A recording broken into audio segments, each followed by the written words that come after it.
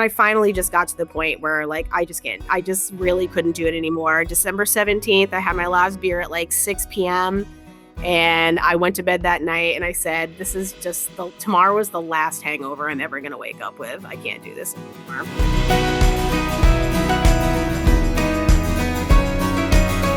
Welcome to the Sober Spill podcast. I'm your host, Isabel. On this podcast, we have real conversations with people in recovery, their families, and organizations that pertain to this field. Today, I'm here with the host of the clinical side of our podcast, Jana Wu. Thank you, Isabel. My guests will discuss best clinical practices, new emerging trends in substance use and mental health disorders, and how we can best take care of ourselves and our loved ones in recovery. See you every Thursday. And come spill with us soon. Hi, my name is Isabel Donnelly, and you are watching the Sober Spill. Today I am here with CJ, the owner and founder of Dry Humor in East Hampton, Massachusetts. For the people that don't know you, who are you? Oh my gosh. So I'm CJ Muty from, like you said, Dry Humor Bottle Shop in East Hampton.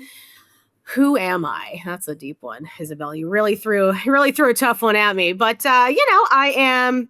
Let's see, demographics. I'm 38. I live in East Hampton, got a couple of dogs. And yeah, I'm the owner of this wild, wacky bottle shop kind of experiment that's going on right now. It's, you're seeing them pop up all over the country. And it's just a really cool thing to be a part of. And I have no idea how I got here or even how I got on this podcast, but here we are.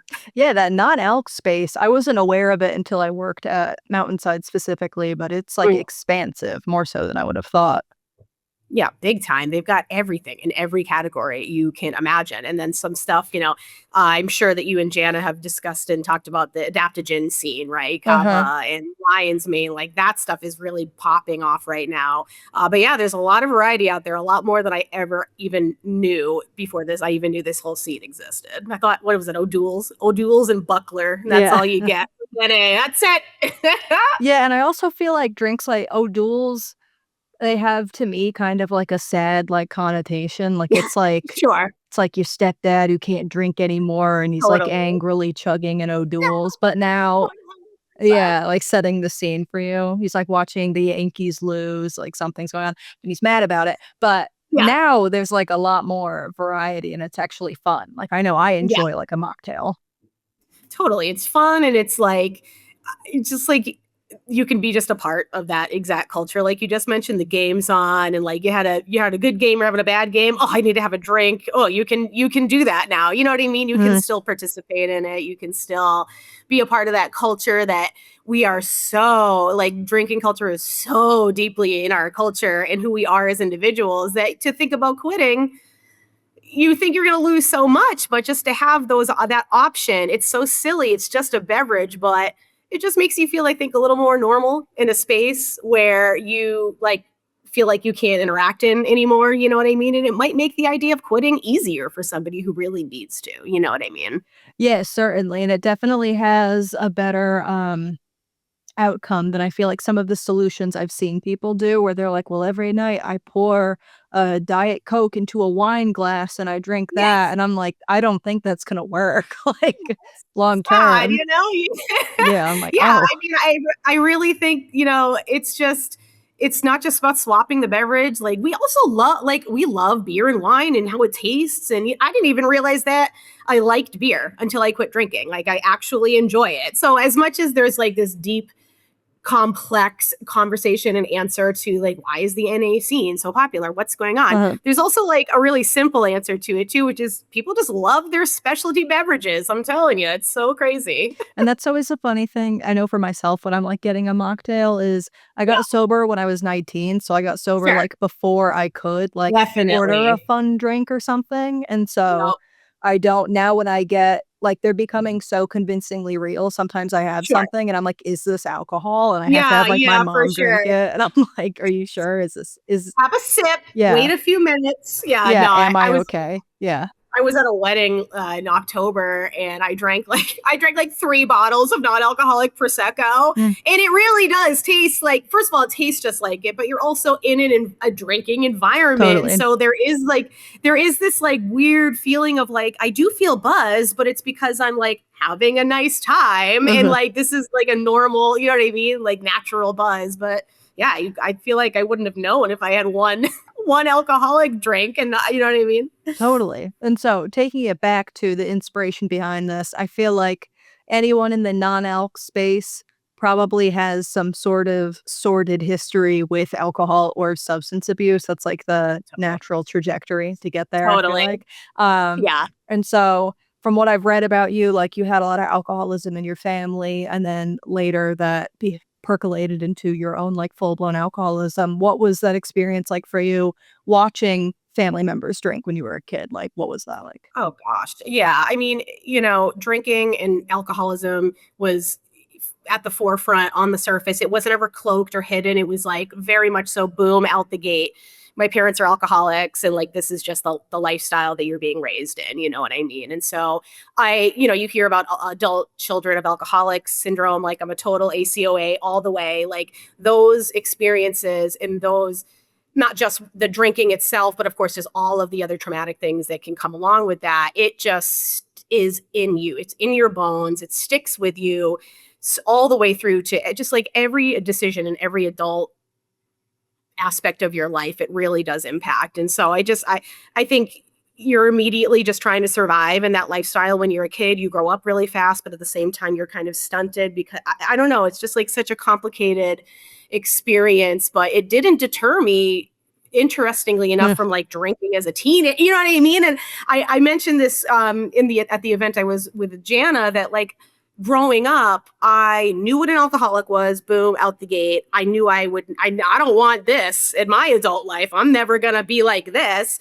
And so I felt like this knowledge and this experience was going to protect me from ever developing my own problem. You know what I mean? And so I really let loose. Like I definitely partied in high school and college a little more than my peers and my friends. And I always kind of had this thought in my mind, like, I know what an alcoholic looks like. I'll be able to stop myself if I get there. But like, that's a total lie. Many people tell themselves. And so, yeah, the experience of growing up with alcoholism in the home just it literally makes people who they are. I think there's just such a traumatic experience. And when you say you're a total child of an alcoholic, like how does that manifest into your adult life? In every adult relationship you're in, in my experience, like I'm a fixer. I want to take care of other people and ignore myself. I find it easier to kind of like project problems and fix other people's problems.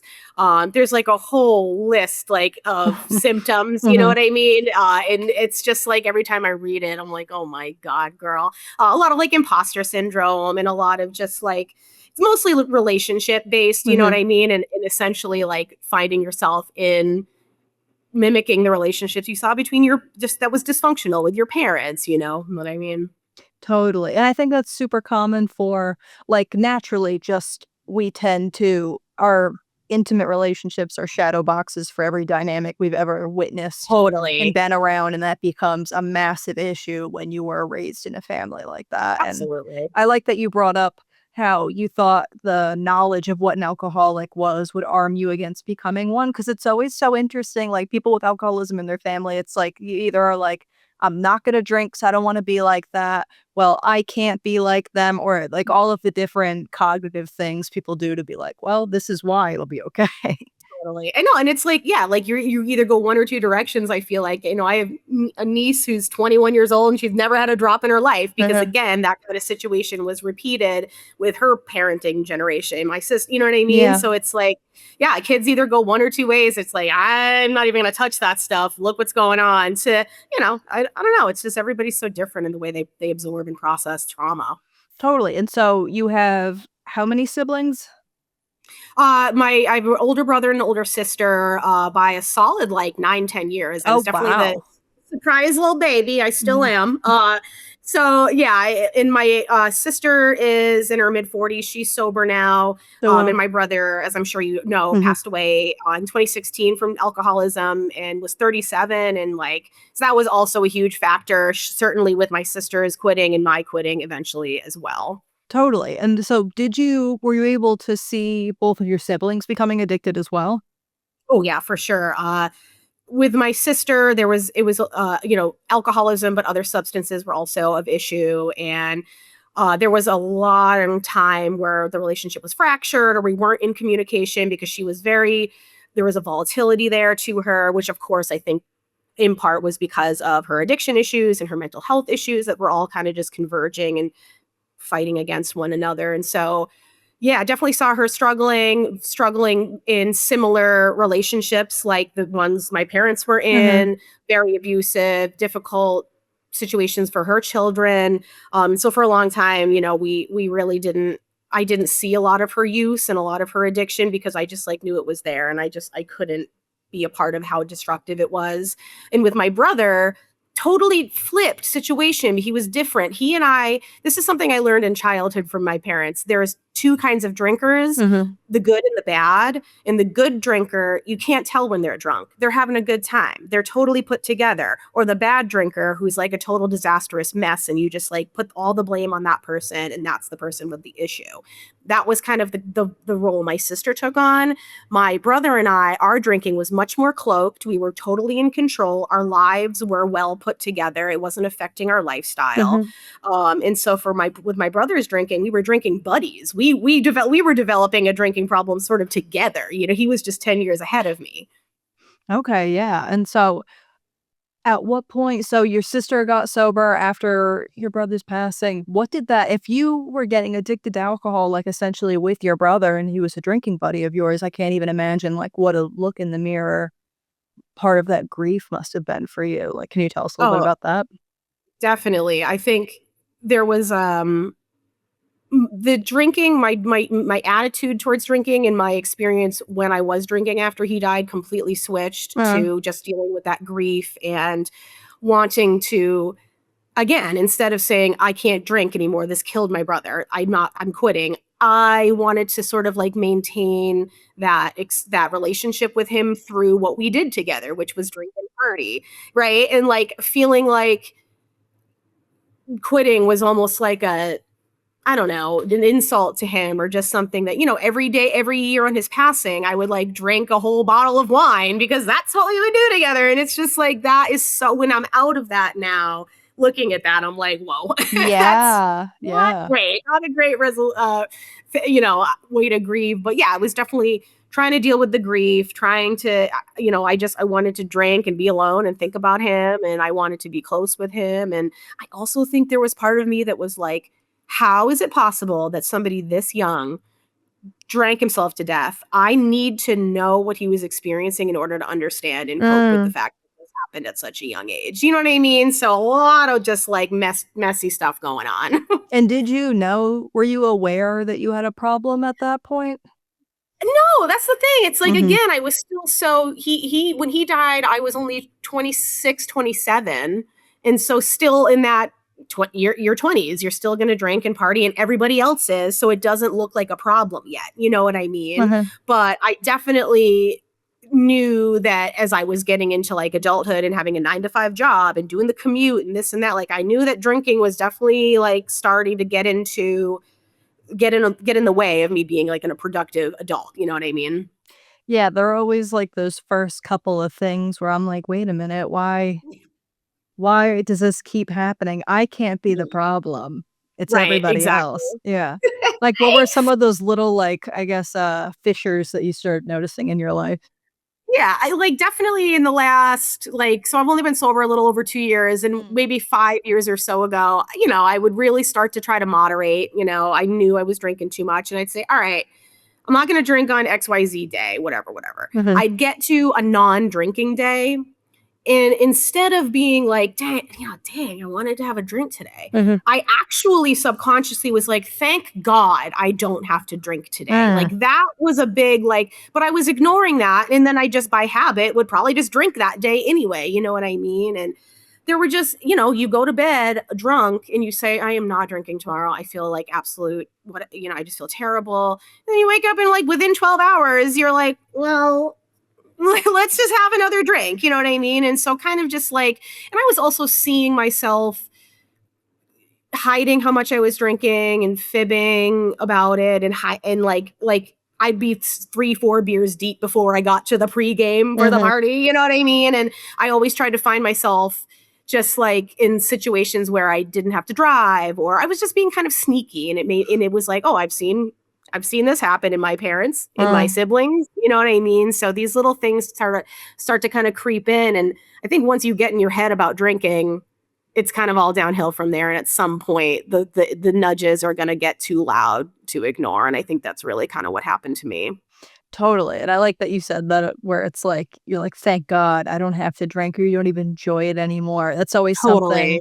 It's like such a classic alcoholic addict experience, where I've explained it to people, where there was a drug I was doing often that I really didn't like it. It was really scary. I had a very bad experience every time, but I was like, but maybe this time it'll be different. Totally. And so you just keep Yeah, doing maybe it. I'll just be able to have 2 beers this time. Maybe I'll just, you know what I mean? And that was the other, a big tell for me, was like moderation was impossible, whether it was how much I would drink in a sitting or when I would drink. If I'm having a beer, you better have a fridge full, you know what I mean? And stupid little things, like my wife and I would get into dumb little fights about, well, how many of the beers did you have? And it's just like, oh God, this is so stupid and unnecessary, and just like, you know what I mean? Just really, just not good. Not good.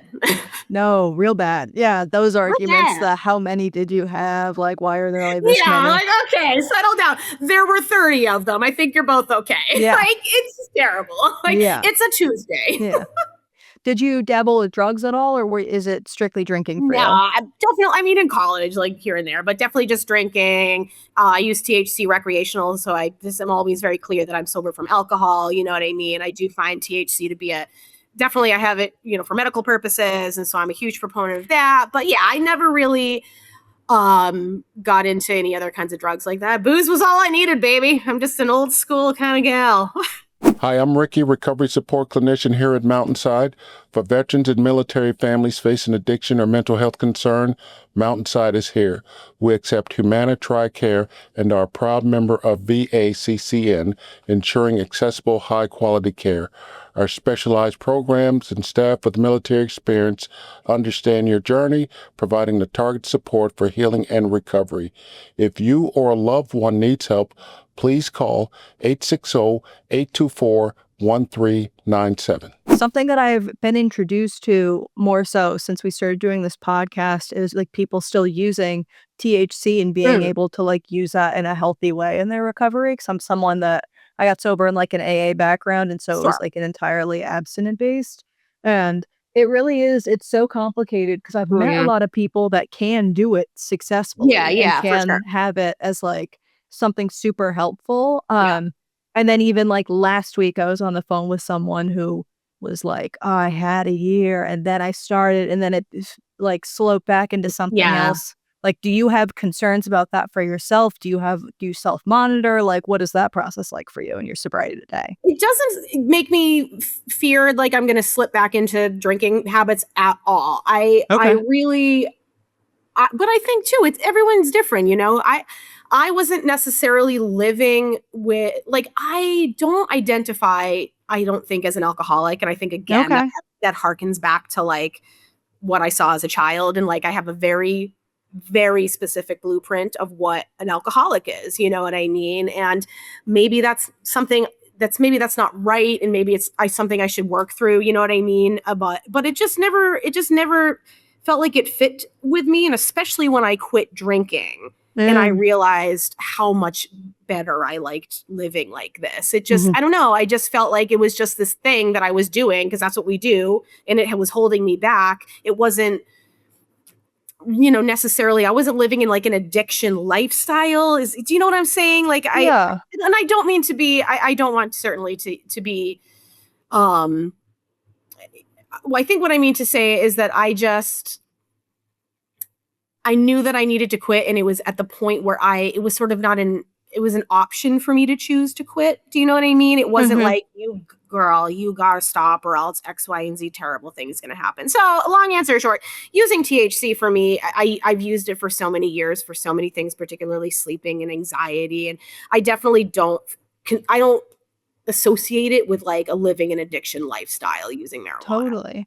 Yeah. It doesn't serve the same purpose. Sure. Like something that was always talked to me about is like, if you see something like an apple, then it's fine, if that makes sense. Where it's like, like if smoking weed, if I had weed in my house or like an edible or something and I was like, oh, like I want it now. I don't want it now. I'm thinking of it like an apple, but if I'm like, oh, but what if I had half now and then a quarter later, then how do I make it last till the next day? And then what if someone finds the apple? Like then it's like it's like the behavior around the thing. You know what I mean? And like everybody has to like people come into the shop and they say like, is this like a triggering thing? Am I gonna get triggered? And I'm like, that's something you gotta work out and find out. I would never want to, of course, put anybody in that environment or give them that experience. But again, I think the NA options are good for the folks who were like me, who are kind of on the fringe. Maybe you're on the line of like, this could go into like really full blown alcoholism and addiction. Or I can stop right now and I can make that decision and I know I can use this tool that doesn't trigger me and it actually helps me. So it's all just individual, like whatever, like does rehab work for you? Go to rehab. If non-alcoholic beverages is all you need, have an NA beer. You got to go to a meeting, go to a meeting. It's all there's so much to explore now. You know what I mean? In terms of recovery. Oh, yeah. Yeah, it's certainly not one size fits all anymore, which is fortunate because otherwise it's like trying to shove a square peg in a round hole and it's like, why doesn't it work? Right, exactly. And Laura McCowan, who we did the WBOR panel with, sober author, she's amazing.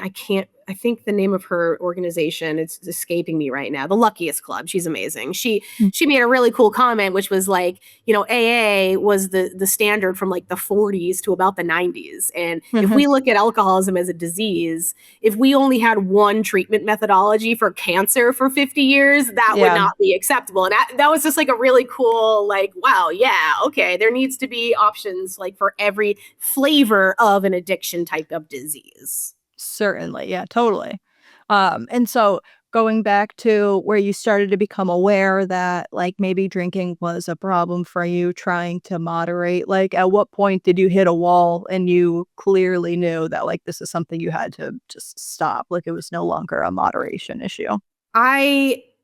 So in late November 2023, I got really, really sick with COVID for the first time. I made it through 3 years. I didn't get it. I got it finally. I was so sick. It was like the sickest I've ever been in my life, acute for a couple of weeks, but then I was struggling with like really bad long COVID symptoms. Headache every day, major fatigue. Like I had never been tired before in my life until I had like long COVID. And I was continuing to try to drink during this horrible situation. Like my equilibrium is so off as it is. And then I'm throwing this toxin on top of it. I'm just sick constantly all the time, headaches every single day, foggy. And I finally just got to the point where like, I just really couldn't do it anymore. December 17th, I had my last beer at like 6 p.m. And I went to bed that night and I said, this is just tomorrow was the last hangover I'm ever going to wake up with. I can't do this anymore. It was really kind of anticlimactic. I know, after like years of struggle, grief, emotional, like probably, and then it's just like, all right, time to quit. I lost the long battle. You know what I mean? I was like, I just can't. And for so many years, I probably knew from college to when I quit that I'm probably going to have to quit drinking one day. There's no way I can escape this like history. You know what I mean? Yeah, dude, that's nature and nurture, baby. You got it both ways. Like, it's like, 100%. what are you gonna do? Yeah, I know. I was like my generations, grandparents, you know, everybody. So it's you like come by it honestly. Yeah, I know.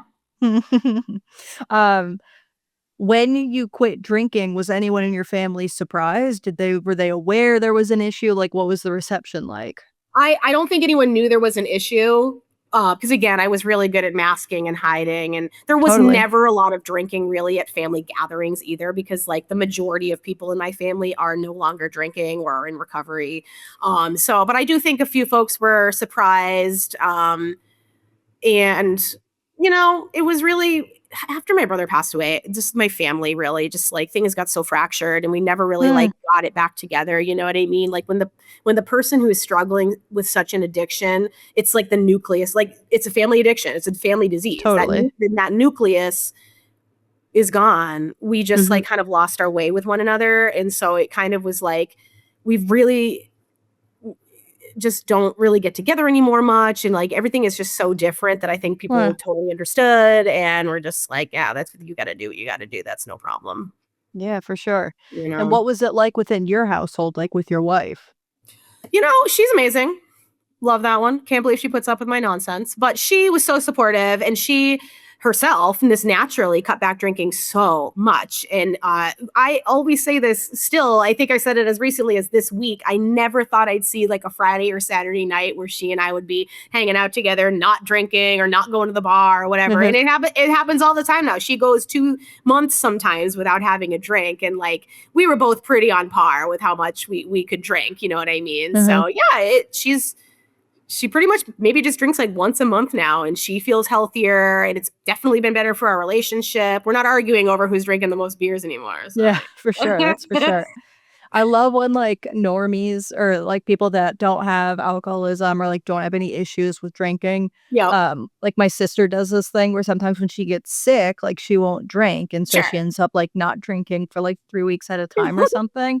And she'll send me a text on the day that she drinks, and she's like had 12 days sober, and then she said about to throw it all away, and like takes a picture of like her wine glass or something, and she's like #relapse. I always think it's so funny. I'm like, I'm never gonna like Uno reverse and like turn that on you because it would be just so fucked up. But when you first got sober, what were some of the changes you had to make? Like, were you able to just like completely stop, no issue, or what does it look like? I really was. Like, I really just stopped. Wow. That was it. I just, and I'm like this. Like, I decide something, that's it. I'm stubborn. I'm whatever. I got the app to track the days. I love data. It was tracking my calories, that I wasn't drinking. It was tracking the money I was saving. So those kind of tools, like, really helped me. You know what I mean? But I don't know. Yeah, I really just like, it was not hard for me. Like, maybe the first couple of weeks I was feeling kind of like, I'm kind of bored. Like, I'm a little antsy. Like, literally just this activity was all that I was doing, but it was something that I was doing. And so I felt I was bored, but I really I tried a non-alcoholic beer, and then 2 months into my sobriety, I started a business. And so I feel like I kind of just like, it was like my version of a program, and it was like such a distraction. And I was surrounded by so much positivity from these other people that were also into NA and in recovery, that it was just like, wow. I was like, it's amazing when you just have a community around you of people that are like-minded and what you can do. And it's like, I really never had a scare in terms of like, I think I'm going to drink, and I don't think I can do this. Like, I feel, I think the pink cloud phase has come and gone, and now, but I still feel very confident, and I never, I didn't really have to, change too much. And again, I'm lucky. I'm not, I think about the 12 steps. I think about, because I did Al-Anon, and I think about it in terms of being an addict.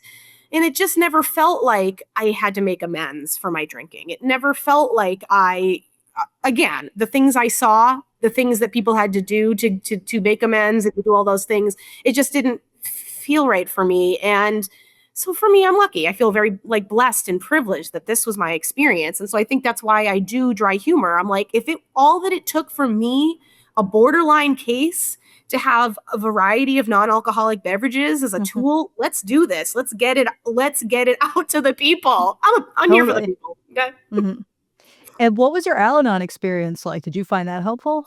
Yeah, I mean, I had a lot of experience in, as a teenager going occasionally. And then a couple years before I got sober, I think, again, it was very much so in the back of my mind of wanting myself to quit. And so I think going back to Al-Anon was maybe my like subconscious way of like, I just need to deal with the issues. I don't need to quit drinking. I just need to kind of like explore what's going on. And I loved it. I really had my core couple of meetings. I made great friends out of it. Take what you like and leave the rest. That's what I love about AA and Al-Anon. There's a lot of stuff I can't take, but the stuff I can is incredibly helpful just for life, let alone anything you dealt with, right? Like, even addiction aside and, childhood stuff aside, it's just like a great baseline program and lessons and moralities to use throughout your everyday life. But yeah, I think too, it made me feel like an absolute piece of shit when I would go to an Al-Anon meeting and I'd come home and slam 12 Bud Lights. You know what I mean? It's like, wow, what a great emotional inventory week I had at this meeting. Let's just go. It's just, I'm like, what are you doing? This is stupid. That's very funny. I love that You know? visual. Yeah. Can't wait to be at this Al-Anon meeting so we can go to the bar. It's just terrible. Yeah. And it's so funny. I wonder if anyone in Al-Anon was like, clock that. Like, cause I feel like they're also like hyper. They're like, oh. I haven't been in a while, and like a lot of that is just out of, lifestyle, busy, not a lot of resources. But yeah, once in a while I pull out the daily readers, and I give it a little read, and it's centering, and yeah, it's a good reminder. It's a good kind of fallback program if I'm feeling like I need emotional support or something like that. Yeah, totally. It's a good like recharge. My mom's a big Al-Anon person, even though I've been sober for, in April it'll be 8 years, but she's she's still, it's just like you said, like a guide to live, basically a good reset grounding for her. It's how they get you, it's how they get you for life. Yeah. Oh no, don't do it. Yeah. I know. Yeah, and so you were able to get sober. What were you doing for work before Dry Humor? Like how did that trajectory happen? Yeah, so for like the past 15 years, I've worked traditionally in like the administrative side of cancer research. So I've worked for a number of hospitals in the Partners Network. So Dana-Farber. Right now I'm at Mass General Hospital. Well, I say right now. Let me give you the whole lay of the land. So I work full time doing cancer research. I work remote, which definitely didn't help in the COVID times with the drinking while I'm working.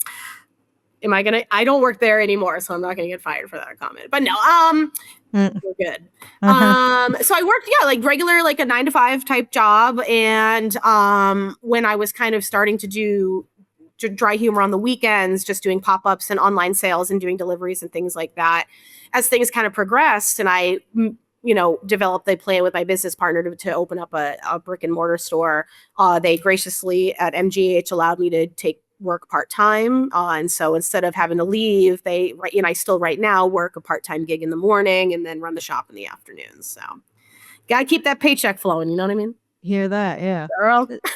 And so you started off, I don't know why, but I was under the impression that this immediately went from like idea to store. It makes a lot more sense. Let's talk timeline. First, it's really funny because this happened last week. I have just like a notebook for anything and everything. No, not necessarily journaling, but just like anything and everything I need to write down. And I passed by the entry from March 4th, 2024 that said, I'm thinking about starting a non-alcoholic bottle shop. And our first day at the bottle shop, open doors, was less than a year later on February 27th. Wow. So it really did happen real fast. Yeah. Yeah. Do you have any like community gatherings or anything that you do there? Yeah, you bet. We usually on the weekends, I always try to have something going on, whether it's another small business pop-up or like there's this really cute mobile mocktail bar in a bordering town. It's a couple. They built this amazing little mobile bar and they make amazing mocktails. I have them come in once in a while. Crafting events, tasting events. We have local art on the wall. And we participate in the town's art walk every weekend or so. And just, I'm like, this is an open space. It's a huge space. Come on in, do whatever you want to do. You know what I mean? We have Girl Scouts coming in selling Girl Scout cookies. Come on now. Yeah. Samoas. Hit me with it. Give me that. Yeah. And so where do you want Dry Humor to be? And like you've come very far in a very short amount of time. Like where do we want to be in a couple of years? Next step is to convert part of the space into a bar, a fully dry bar. So we'll have the retail aspect of it. And then of course, bar staff, regular, everything, everything from mocktails, wine, beer, just a third space, like a space where people can not only purchase their beverages for home, but obviously people really want that experience. People almost weekly come in and say, when's the bar happening? Or like, oh, I thought if they're a newcomer, I thought this was a bar. So I know that is what people want. And like, that's what I want. I love a bar. I love a brewery. I love a drinking environment. And particularly being in a drinking environment where everyone is sober is such an empowering, crazy experience. So I just really want people to feel like you can still maintain huge part of who you are. Totally. You know what I mean? Like, I know again, I say this a lot, it's so silly, but like drinking is a huge part of who we are. There's just no way around it. And so again, being able to have these experiences, I think helps people think it might not be just a little bit as hard as they thought that it was going to be for them to quit. Definitely. And it's awesome having options. 'Cause, like, I know my family, they like to go and hang out at the brewery. There's like a local brewery in their town. And I go and hang out with them, but they don't even there's like, I can have water. Like, they don't even have a fun soda for me. Right. I have to bring my own, and I don't want to. Like, Totally. I would like you want the whole experience. And I've gotten pretty frustrated as a patron of restaurants in the past because, if you're offering hospitality, offer it to everyone. And you're going to I always tell it, occasionally I get customers who own, bars and restaurants. And I say, you will see, to any bar and restaurant owners who are listening to this, you will see a return, no question on that investment. I paid $11 for an athletic beer the other night and I had 2 of them. So it's like, you know what I mean? Like it's really worth it all around. And it really just creates an environment where people feel accepted and they don't feel shamed, because they absolutely should not. You should not feel ashamed if you're asking for an NA beer or mocktail. And so where can people find you if they want to like check out this stuff that you're up to? Totally. So we are on Instagram, Facebook, the whole Meta platform, Dry Humor Bottle Shop. We have a newsletter you folks can subscribe to. We also, and we're at 79 Union Street in East Hampton. So come on down, guys. All right, sweet. Well, this has been lovely. I didn't know what to expect. Never met you before. Yeah. Now we're friends. It was great. For sure. And thank you so much. And thanks to Jana. You guys are just doing like amazing, incredible work. Sweet. Thank you. All right. Well, check out CJ. We'll have all of her links below, and check us out next week. Thanks.